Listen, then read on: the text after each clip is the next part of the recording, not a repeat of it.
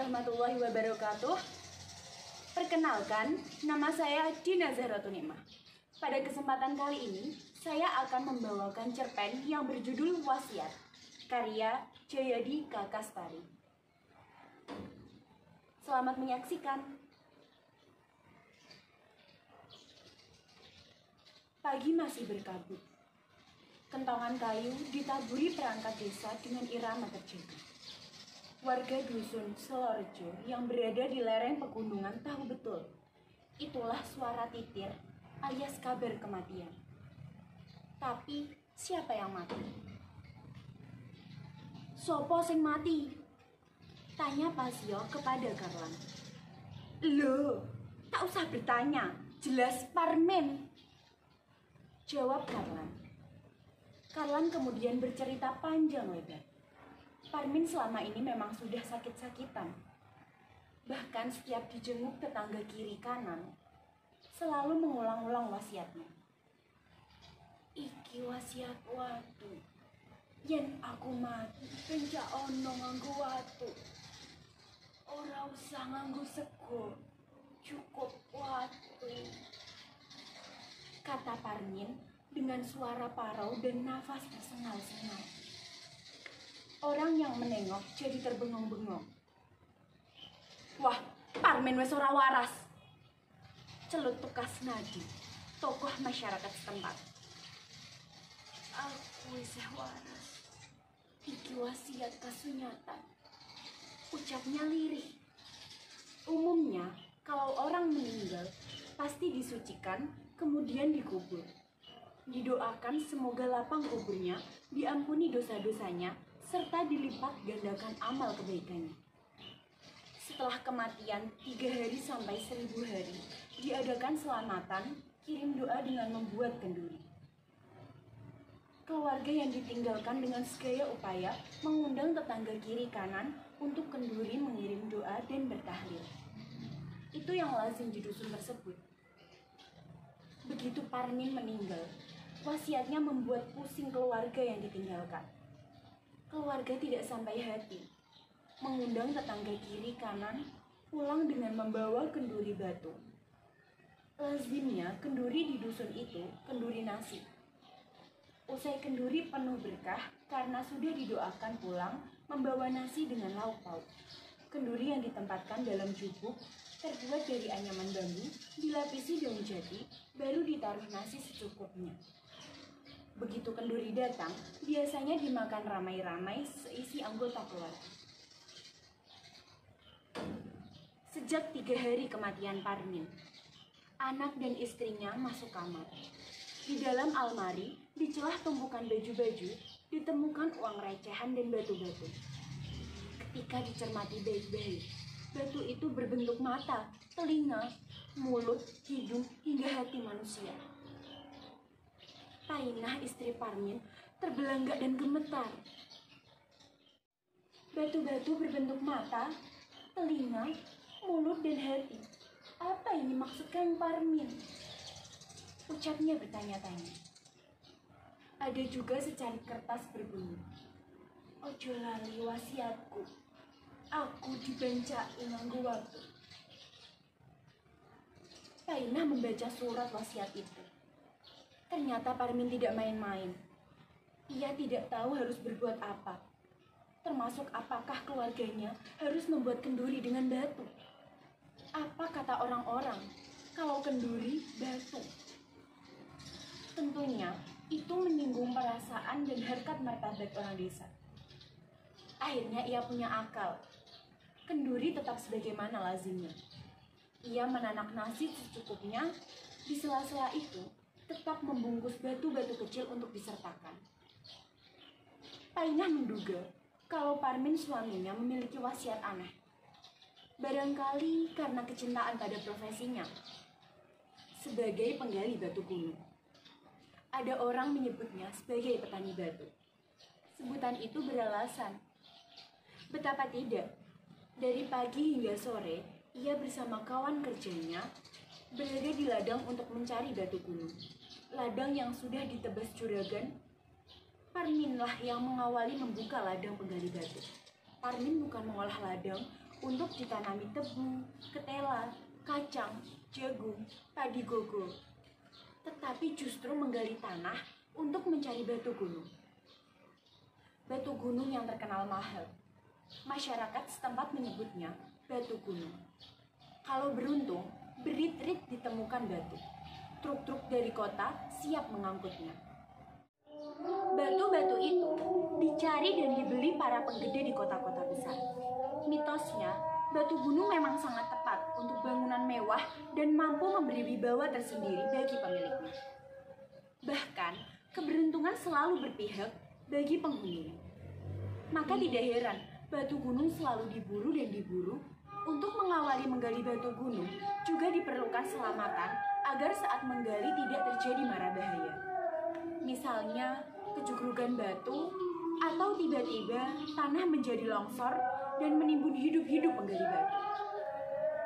Selamatan selalu dihadiri pemilik ladang, penggali batu, penebas, sesepuh desa saat petang menjelang.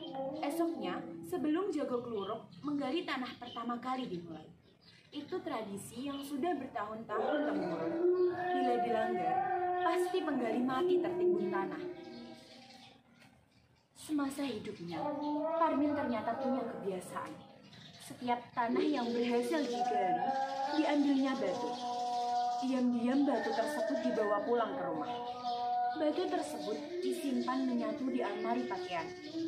Dia sebenarnya hanya ingin mengingatkan, meski batu gunung tersebut harganya mahal, tetap saja nasibnya seperti batu kecil. Yang kaya raya, para penebas juga pemilik tanah tersebut. Mung watu iki sing iso tak wasiatke lan warisake, kata Parmin suatu ketika saat ditanya teman kerja, kenapa harus membawa batu pulang? Alasannya, meski batu dibelah dengan memeras keringat orang kecil, meski sampai membatu sekalipun, tetap saja tidak mampu mengubah nasib. Membaca surat wasiat itu, Painah tiba-tiba memiliki keberanian.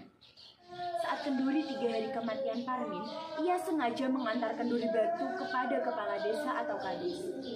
Namun kepala desa setempat mendapat kenduri batu justru merasa dihina. Kenduri watu, pasyate wong ejen, kata kepala desa sambil mengusir Painah. Batu-batu berbentuk mata, telinga, hidung, mulut, dan hati memang disertakan khusus dipersembahkan kepala desa. Kenduri itu dibuang sehingga tumpah ruah di jalanan. Tak terduga, batu-batu berbentuk mata, telinga, hidung, mulut, dan hati justru mengejar kepala desa. Kepala desa bernama Kasnadi lari tunggang langgang sambil berteriak, "Tolong! Tolong!" Tanpa diduga, batu-batu itu menyerang dan mengerubut kepala desa. Tubuh kepala desa tergeletak. Teriakan kepala desa itu secara spontan mengumpulkan massa. "Ada apa, Pak Kades? Ada apa?" tanya orang-orang yang berkerumunan. Begitu tahu duduk persoalannya, warga dusun hanya tertawa terbahak-bahak. "Pak Kades diserbu batu," kata salah satu warga. "Yo ngono kuwi polahe panggede.